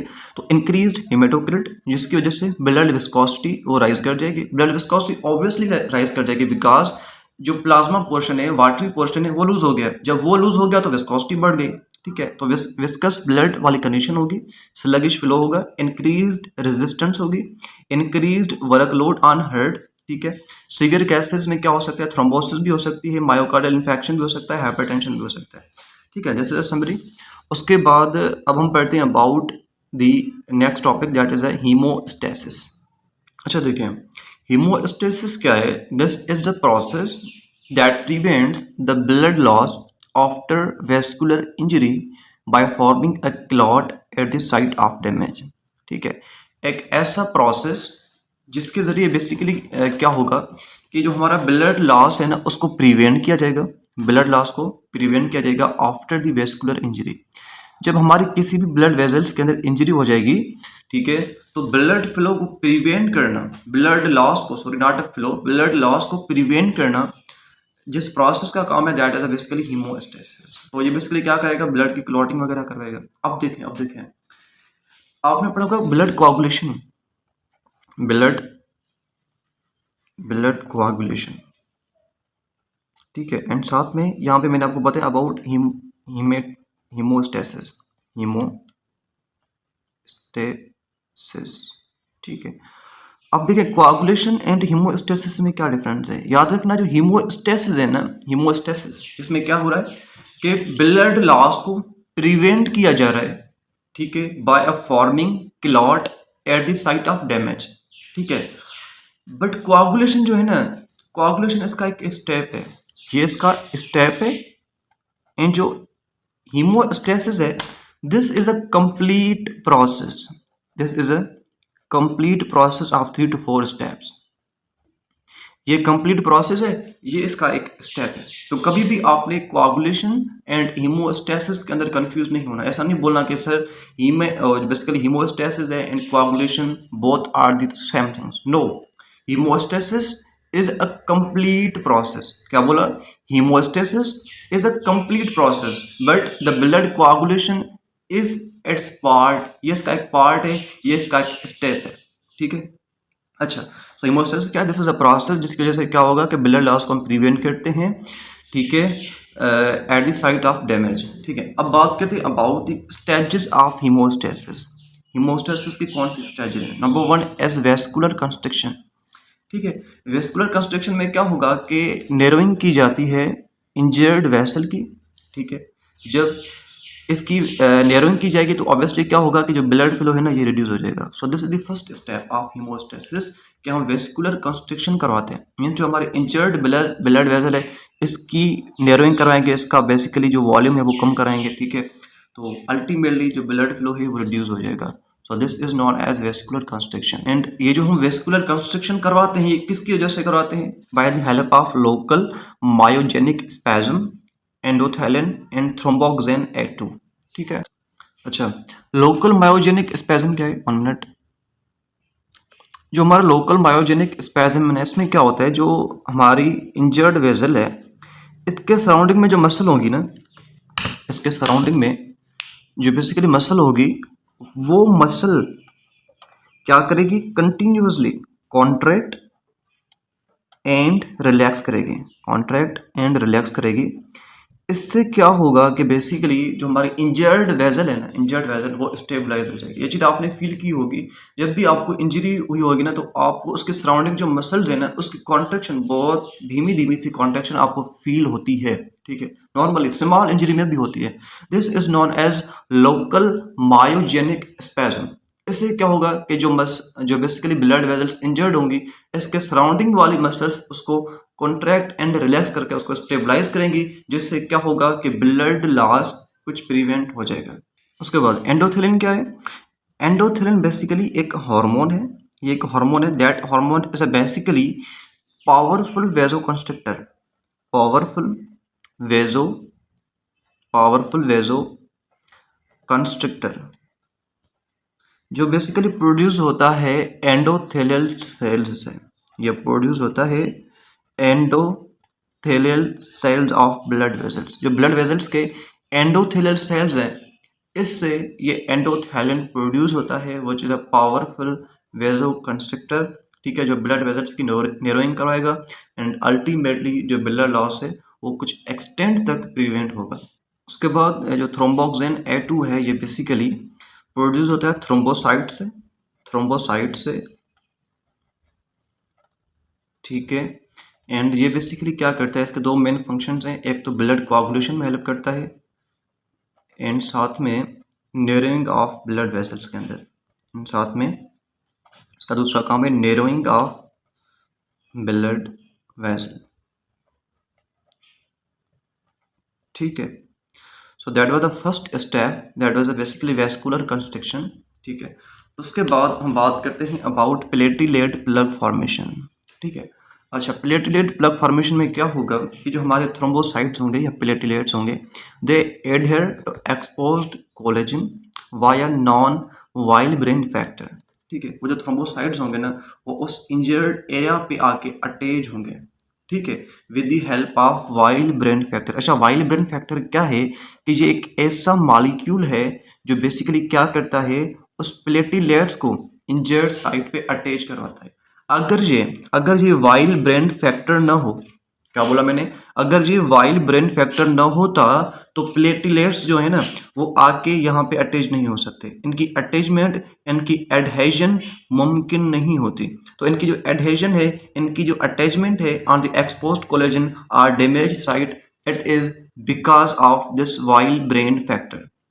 अच्छा, तो क्या होगा कि जब प्लेटिलेट्स यहाँ पे आके अटैच होंगे, एडहेयर होंगे by the help of von Willebrand factor. ये चीज आपने लास्ट में याद रखनी है कि भाई प्लेटिलेट्स जब इंजर्ड साइट पे जाते हैं तो उनकी अटैचमेंट में उनकी कौन हेल्प करता है, तो हम बोलेंगे कि sir von Willebrand factor.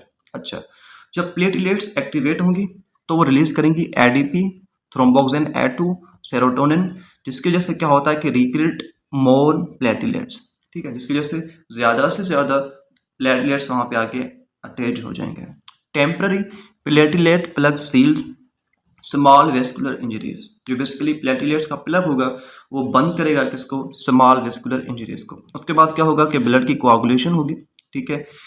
Blood coagulation में आपको पता है this is step of haemostasis, ठीक है, that is basically clotting cascade. इसमें क्या होगा कि फाइब्रिनोजन कन्वर्ट हो जाएगी फाइब्रिन में bye the help of thrombin, ठीक है। थ्रोम्बिन क्या है, थ्रोम्बिन बेसिकली एक एंजाइम है जो बेसिकली प्रोथ्रोम्बिन फैक्टर 2 से प्रोड्यूस होता है, एंड ये क्या करवाता है, फाइब्रिनोजन को कन्वर्ट करवाता है फाइब्रिन के अंदर। क्योंकि आपको पता होना चाहिए कि जो कोआगुलेशन का जो बेसिकली एक मेशवर्क है वो बेसिकली फाइब्रिन बना सकता है, फाइब्रिनोजन नहीं बना सकती, ठीक है।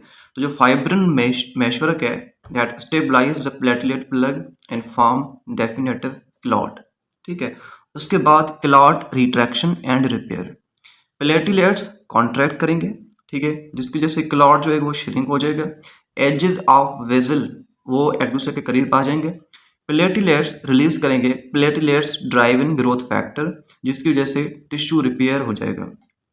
अच्छा, उसके बाद क्या होगा, फाइनली फाइब्रिनोलाइसिस होगी, इसमें जो क्लॉट बना था वो डिजॉल्व हो जाएगा bye the help of plasmin, ठीक है, वो क्लॉट रिमूव हो जाएगा एंड जो हमारी ब्लड वेसल है इसकी हीलिंग कंप्लीट हो जाएगी। So these are basically 5 steps which were happening in haemostasis. तो अगर आपसे कोई पूछे कि भाई हीमोस्टेसिस के अंदर कौन कौन से स्टेप्स होते हैं, तो मैं इनको यहाँ पे एनलिस्ट करता हूँ, ठीक है। हीमोस्टेसिस के अंदर कौन से स्टेप्स होते हैं, हीमोस्टेसिस के अंदर सबसे पहले जो स्टेप होता है that is vascular constriction, vascular constriction.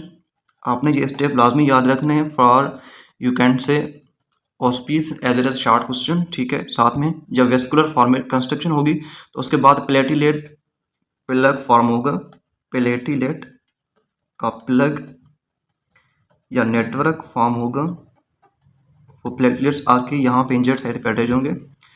Third step होगा ब्लड की कोआगुलेशन होगी, ब्लड की कोआगुलेशन होगी। एंड फोर्थ स्टेप क्या होगा कि जो क्लॉट है जो बना है, ठीक है, बाय द ब्लड कोआगुलेशन, उस क्लॉट की रिट्रैक्शन एंड रिपेयर वाला प्रोसेस होगा, रिट्रैक्शन एंड रिपेयर वाला प्रोसेस होगा। एंड जो लास्ट स्टेप होगा दैट विल बी फाइब्रिनोलाइसिस, जिसमें वो जो हमारा यू कैन से क्लॉट है वो रिमूव हो जाएगा, वो क्लॉट हमारा रिमूव हो जाएगा। एंड क्लॉट को कौन रिमूव करवाता है, याद रखना, क्लॉट को रिमूव करवाता है प्लाज्मिन। कौन रिमूव करवाता है, plasmin dissolves the clot. This thing is very important for BCQ purpose. And plasmin है क्या, प्लाज्मिन एक किस्म का एंजाइम है। So these were basically 5 steps of haemostasis. तो हीमोस्टेसिस के कितने स्टेप्स हैं, तो हम बोलेंगे कि सर हीमोस्टेसिस के 5 स्टेप्स हैं। Vascular constriction, platelets plug formation, blood coagulation, clot retraction and repair and fibrinolysis. उसके बाद हम बात करते हैं about the role of thrombocytes, ठीक है, कि थ्रोम्बोसाइट्स का कौन सा रोल है। So they adhere to the damaged blood vessels and form initial plug, वो प्लग की फॉर्मेशन कर रहे थे, वहां पे अटैच हो रहे थे। किसकी वजह से अटैच हो रहे थे, वॉन विलब्रेंड फैक्टर, वॉन विलब्रेंड फैक्टर की वजह से प्लेटलेट्स अटैच होते हैं एट दी डैमेज्ड साइट और डैमेज्ड ब्लड वेसल्स, जिसके बाद वहां पे वेसोकंस्ट्रिक्टर्स को रिलीज करते हैं, वो 4 सेरोटोनिन एंड थ्रोम्बोक्सिन A2। उसके बाद ये रिलीज करते हैं फैक्टर जो एक्टिवेट करते हैं कोआगुलेशन कैस्केड को, ठीक है। एंड थ्रोम्बोसाइट्स और प्लेटलेट्स ये प्रोवाइड करते हैं phospholipid surface area for clotting reaction. This thing is very very very very important for BCQ कि भाई क्लॉटिंग रिएक्शन के लिए फॉस्फोलिपिड सरफेस कौन प्रोवाइड करता है, तो याद रखना बेसिकली क्लॉटिंग रिएक्शन में जो फॉस्फोलिपिड सरफेस प्रोवाइड करता है ना, दीज आर थ्रोम्बोसाइट्स और platelets. This thing is very important remember कि भाई क्लॉटिंग रिएक्शन के अंदर, क्लॉटिंग रिएक्शन के अंदर फॉस्फोलिपिड सरफेस एरिया है ना, फॉस्फोलिपिड सरफेस एरिया,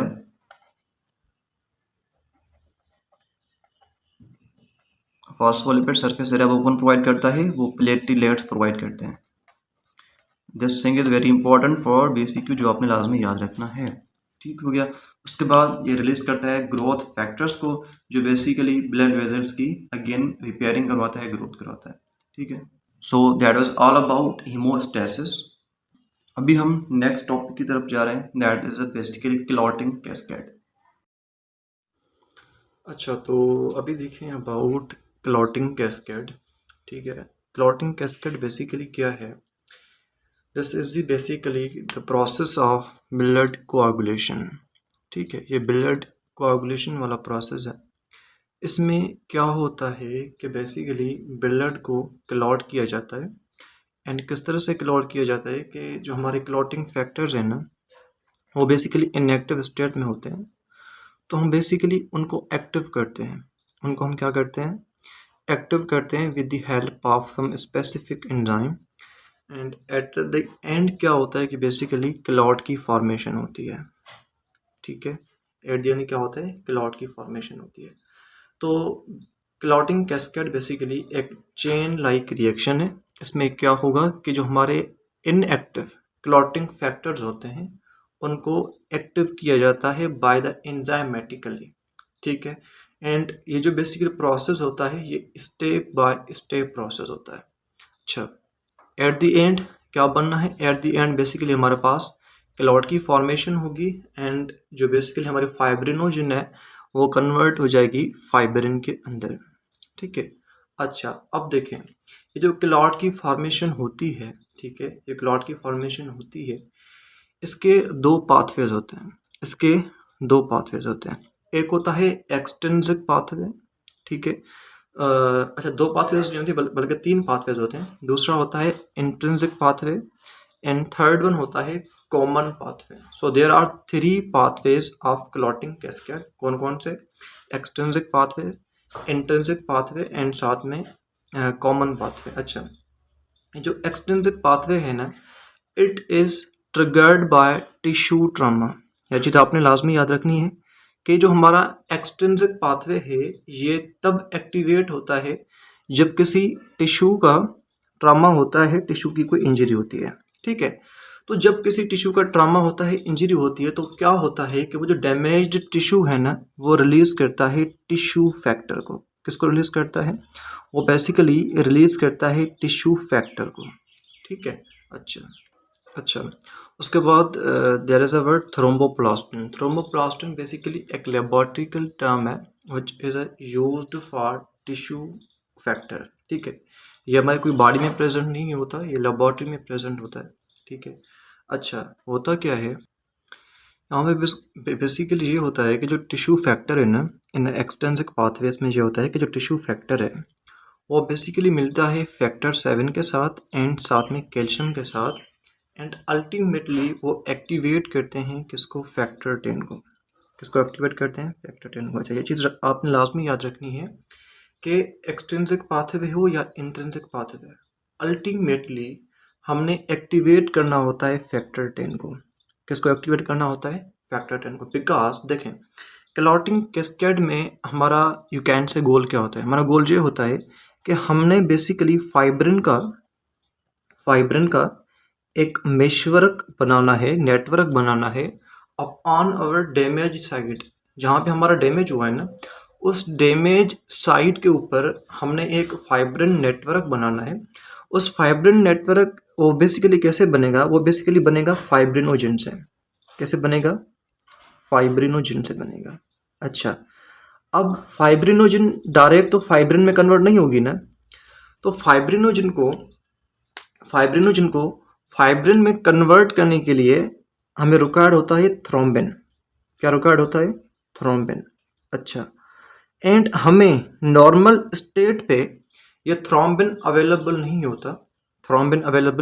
हमें क्या अवेलेबल होता है? हमें अवेलेबल होता है बेसिकली प्रोथ्रोम्बिन। ठीक है, हमें अवेलेबल होता है प्रोथ्रोम्बिन। थ्रोम्बिन अवेलेबल नहीं होता। तो बेसिकली क्या होता है कि इस प्रोथ्रोम्बिन को कन्वर्ट किया जाता है थ्रोम्बिन के अंदर। ठीक है, अब प्रोथ्रोम्बिन भी डायरेक्ट थ्रोम्बिन में कन्वर्ट नहीं होगा। इसको कन्वर्ट करने के लिए हमें रिक्वायरमेंट होती है फैक्टर 10 की। Factor 10 is very very very important. Factor 10 is very very important दोनों पाथवेज में, एक्सट्रिंसिक में एज वेल एज इंट्रिंसिक में। तो बेसिकली होता क्या है कि जो हमारा प्रोथ्रोम्बिन है ना, इसको कन्वर्ट होना होता है थ्रोम्बिन में।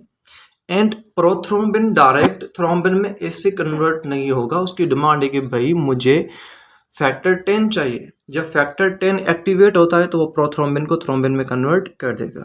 अच्छा, जब हमें थ्रोम्बिन मिल गया ना तो फाइब्रिनोजिन कन्वर्ट हो जाएगी फाइब्रिन में। एंड ये जो फाइब्रिन है ये बेसिकली हमें एक नेटवर्क बना के देती है एट द डैमेज साइट। ठीक हो गया। अच्छा, सो दिस इज अ की concept of extrinsic pathway. Extrinsic pathway में क्या होता है कि टिश्यू फैक्टर के साथ फैक्टर 7 मिलता है एंड साथ में कैल्शियम मिलता है।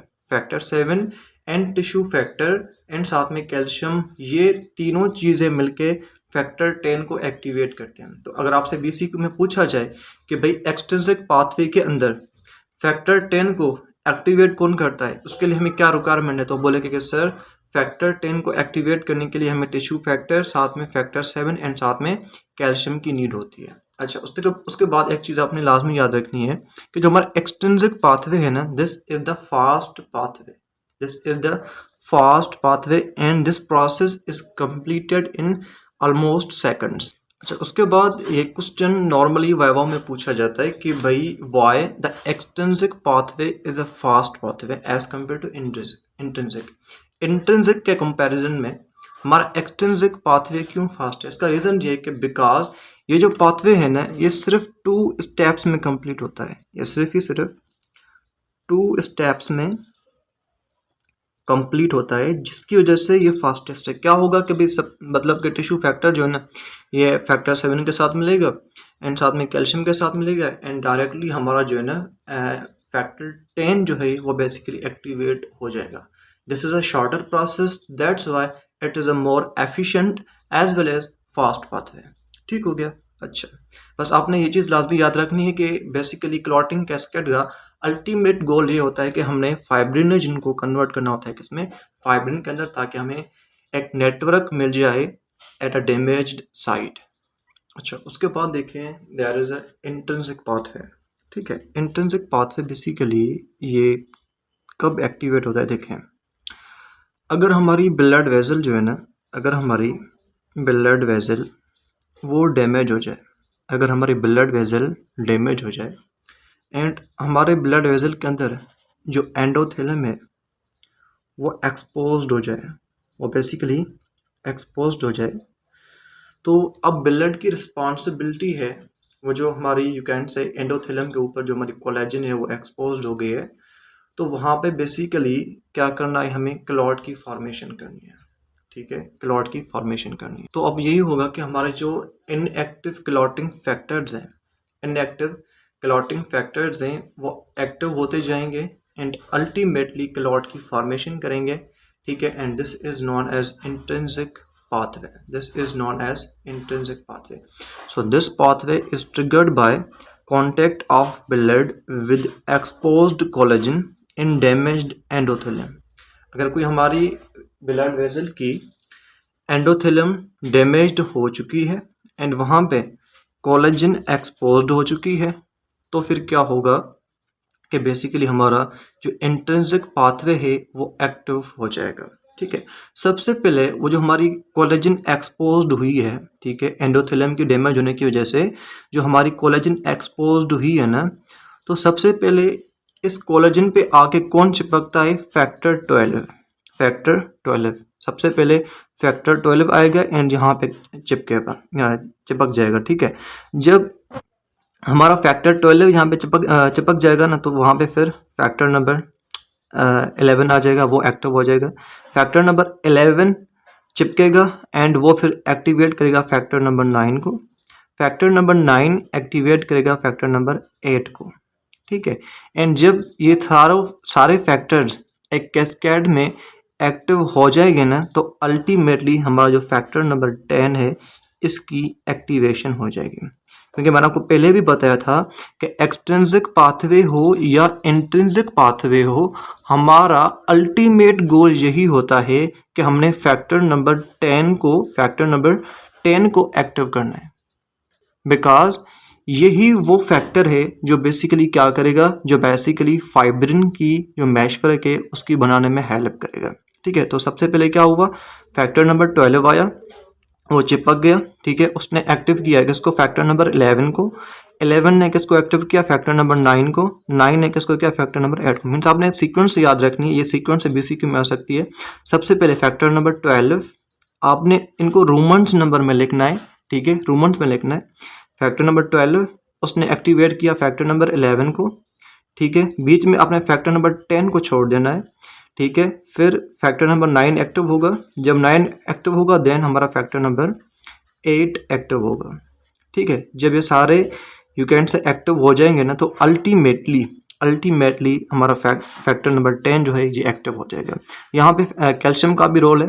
Calcium is basically you can से क्लॉटिंग फैक्टर 4, ठीक है। अच्छा, याद रखना this process is a slower, क्योंकि इसमें ज़्यादा टाइम लगेगा, बिकॉज इसके अंदर ज़्यादा स्टेप्स हैं, ठीक है, क्योंकि फैक्टर 12 है, देन 11 है, देन 9 है, देन 8 है, फिर कैल्शियम का रोल है, ठीक है, फिर प्लेटिलेट अपनी यू कैन से फॉस्फोलिपिड सरफेस प्रोवाइड करेगा, ठीक है। That's why this process is a slower, ठीक है, बट मोर पावरफुल। स्लोअर क्यों है, बिकॉज इसके अंदर ज़्यादा स्टेप्स हैं, ठीक है, and this process is more powerful because it amplifies the clotting, ठीक है। तो ये चीज़ आपने लाजमी याद रखनी है कि इंट्रिंसिक पाथवे जो है हमारा एक तो स्लोअर है एंड ये मोर पावरफुल है। कभी नहीं भूलना भाई, जो हमारा इंट्रिंसिक पाथवे है this is more powerful as compare to extrinsic pathway. क्यों पावरफुल है, बिकॉज एक तो इसके अंदर बहुत ज़्यादा रिएक्शंस हैं, ठीक है। पहले जो है यू कैन से 12 एक्टिव होगा, ठीक है, फिर 11, फिर 9, फिर 8, अल्टीमेटली 10 एक्टिव होगा, ठीक हो गया। तो मीन्स के बहुत सारे स्टेप्स हैं। बहुत सारे स्टेप्स में क्या हो रहा है कि एक मॉलिक्यूल दूसरे मॉलिक्यूल को एक्टिव कर रहा है, एक मॉलिक्यूल दूसरे मॉलिक्यूल को एक्टिव कर रहा है, एक चेन लाइक ज़्यादा प्रोसेस जनरेट हो रहा है। जब एक मॉलिक्यूल दूसरे मॉलिक्यूल को एक्टिव करता है ना, तो प्रोसेस ज़्यादा एम्पलीफाई होता है, प्रोसेस ज़्यादा एम्पलीफाई होता है। तो एज अ रिजल्ट क्या होता है कि जो फाइब्रिन का नेटवर्क बनता है ना in case of intrinsic pathway, याद रखना, जब फिर फाइनली फाइब्रिन का नेटवर्क बनता है ना, that is strong network of fibrin. यहाँ पे स्ट्रॉन्ग नेटवर्क बनता है किसका, फाइब्रिन का। दैट्स वाई हम ये बोलते हैं कि intrinsic pathway is more powerful, intrinsic pathway is more powerful. अब हम बात करते हैं अबाउट दी कॉमन पाथवे। अच्छा, अब देखें जो हमारा कॉमन पाथवे है इसमें क्या होता है कि फैक्टर 10 जो एक्टिवेट हो चुका है। अच्छा, एक चीज़ मैं आपको पहले और बता दूं, अगर मैं इस तरह से लिख रहा हूँ ना फैक्टर 10, ठीक है, एंड अगर मैं इस तरह से लिख रहा हूँ फैक्टर 10A, तो इनमें क्या डिफरेंस है, इनमें क्या डिफरेंस है याद रखना। अगर हम सिर्फ इस तरह से लिख रहे हैं ना फैक्टर 10, तो इसका मतलब है कि ये फैक्टर 10 अभी तक इनएक्टिव स्टेट में है, इनएक्टिव स्टेट में है, ठीक है। यहाँ पे इस चीज़ को मैंने ज़्यादा यू कैन से फोकस नहीं किया, बट मैं आपको बता रहा हूँ अगर ए नहीं लगा रहा है इसका मतलब कि ये अभी तक इनएक्टिव स्टेट में है। कोई भी फैक्टर हो सकता है, फैक्टर 3 हो सकता है, 2 हो सकता है, ठीक है, 5 हो सकता है, एनीवन, ठीक है। मैंने 10 इसलिए लिखा बिकॉज आपको ज़्यादा समझ आएगा, ठीक है, क्योंकि अल्टीमेट इसी ने एक्टिवेट होना है ना। अगर मैं फैक्टर 10A लिख रहा हूँ ना, इसका मतलब है कि ये फैक्टर अभी एक्टिव हो चुका है, अभी ये एक्टिव स्टेट में है, अभी ये एक्टिव स्टेट में है। कभी भी आपने ऐसे नहीं लिखना फैक्टर 10, ऐसे नहीं लिखना, this is a wrong written form, ठीक है। हमने हमेशा रोमन नंबर में लिखना है, ठीक है, अरेबिक में नहीं लिखना। अच्छा, तो कॉमन पाथवे में क्या होगा कि जो हमारा फैक्टर 10 है, फैक्टर 5 है, एंड कैल्शियम है, एंड फॉस्फोलिपिड्स हैं, वो मिलके प्रोथ्रोम्बिन एक्टिवेटर को बनाते हैं। किसको बनाते हैं, प्रोथ्रोम्बिन एक्टिवेटर को बनाते हैं। तो ये चीज़ आपने याद रखनी है कि कॉमन पाथवे में क्या होगा, प्रोथ्रोम्बिन एक्टिवेटर बनेगा। जब प्रोथ्रोम्बिन एक्टिवेटर बनेगा ना, तो वो क्या करेगा, प्रोथ्रोम्बिन 2 को कन्वर्ट करेगा थ्रोम्बिन के अंदर, एंड जब थ्रोम्बिन बन गया तो हमारा जो गोल है वो अचीव हो गया। ये थ्रोम्बिन बन गया तो हमारा गोल अचीव हो गया, बिकॉज जो थ्रोम्बिन है ना यही हमें चाहिए था, यही हमें चाहिए था। इस थ्रोम्बिन के चक्कर में हमने इतने कैस्केड चलाए हैं, इस थ्रोम्बिन के चक्कर में हमने इतने कैस्केड चलाए हैं, ठीक है। अच्छा, जब थ्रोम्बिन बनेगा तो ये क्या करेगा, ये क्या करेगा, ये फाइब्रिन है जिनको कन्वर्ट करेगा फाइब्रिन के अंदर, एंड ये एक्टिवेट करेगा फैक्टर 13 को एंड क्रॉस लिंक करेगा फाइब्रिन्स को एंड एक स्टेबल क्लॉट की फॉर्मेशन होगी। एंड थ्रोम्बिन जब प्रोड्यूस होता है ना तो पॉजिटिव फीडबैक जनरेट होता है जिसकी वजह से एम्प्लीफिकेशन होती है क्लॉटिंग की। ठीक है, सो दैट्स वाई आपने ये चीज़ लाजमी याद रखनी है कि thrombin is the central enzyme of coagulation. कि जो हमारा थ्रोम्बिन है ना, thrombin this is a central enzyme of coagulation. अगर आपसे कोई पूछे कि भाई which one is the central enzyme of coagulation तो आप बोलोगे कि sir thrombin is the central enzyme of coagulation.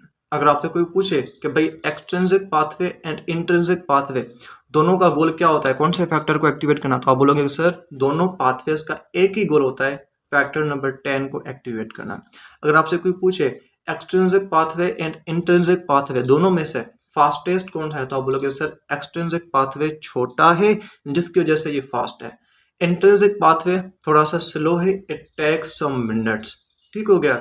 And अगर आपसे कोई पूछे एक्सट्रिंसिक एंड इंट्रिंसिक पाथवे में मोर पावरफुल कौन सा है, तो आप बोलोगे sir intrinsic pathway is more powerful. यहाँ पे पॉजिटिव फीडबैक ज्यादा जनरेट होता है जिसकी वजह से जो फाइब्रिन का नेटवर्क है अल्टीमेटली बहुत स्ट्रांग बनता है। सो वंस अगेन मैं आपको बता रहा हूँ कि भाई which one is the central enzyme of coagulation, तो आप बोलोगे कि sir thrombin is a central enzyme of coagulation. अच्छा, ये जो क्लॉटिंग फैक्टर्स हैं, क्लॉटिंग फैक्टर्स, अगर आपको बोले कि भाई टोटल क्लॉटिंग फैक्टर्स कितने, तो याद रखना टोटल जो क्लॉटिंग फैक्टर्स है ना दीज आर 12। मैं यहाँ पे लिख रहा हूँ टोटल क्लॉटिंग फैक्टर्स जो हैं, this thing can be asked in BCQ, total clotting factors are almost how much 12, but factor number 13 कैसे आ गया, याद रखना यहाँ पे कहीं मेंशन था, देखें यहाँ पे फैक्टर नंबर 13 मेंशन था। ठीक है, यहाँ तो एक चीज़ आपने याद रखनी है, टोटल जो क्लॉटिंग फैक्टर्स हैं दीज आर 12, बट यहाँ पे जो क्लॉटिंग फैक्टर नंबर 6 है ना ये मिसिंग है। ठीक है, मीन्स जब हम सीक्वेंस बनाते हैं ना clotting factor number 1, factor number 2, factor number 3, factor number 4, factor number 5, factor number 6 नहीं लिखेंगे, 5 के बाद डायरेक्ट हम 7 पे चले जाएंगे। ठीक है, तो अगर आपसे कोई पूछे कि 4-5 ऑप्शंस दें एंड आपसे पूछे कि भाई बताओ उनमें से कौन सा क्लॉटिंग फैक्टर एग्जिस्ट नहीं करता, तो आप बोलेंगे सर क्लॉटिंग फैक्टर नंबर 6 जो है ये बेसिकली एग्जिस्ट नहीं करता, ये एग्जिस्ट नहीं करता। ठीक है, ये एग्जिस्ट नहीं करता। अगर आपने क्लॉटिंग फैक्टर्स को लिखना है तो फैक्टर नंबर 1 लिखोगे, 2 लिखोगे, 3 लिखोगे, 4 लिखोगे, 5 लिखोगे, 6 नहीं लिखना, 5 के बाद डायरेक्ट 7 पे चले जाओ, फिर 8, 9, 10, 11, 12 and 13 and total clotting factors are how much, these are about you can say 12।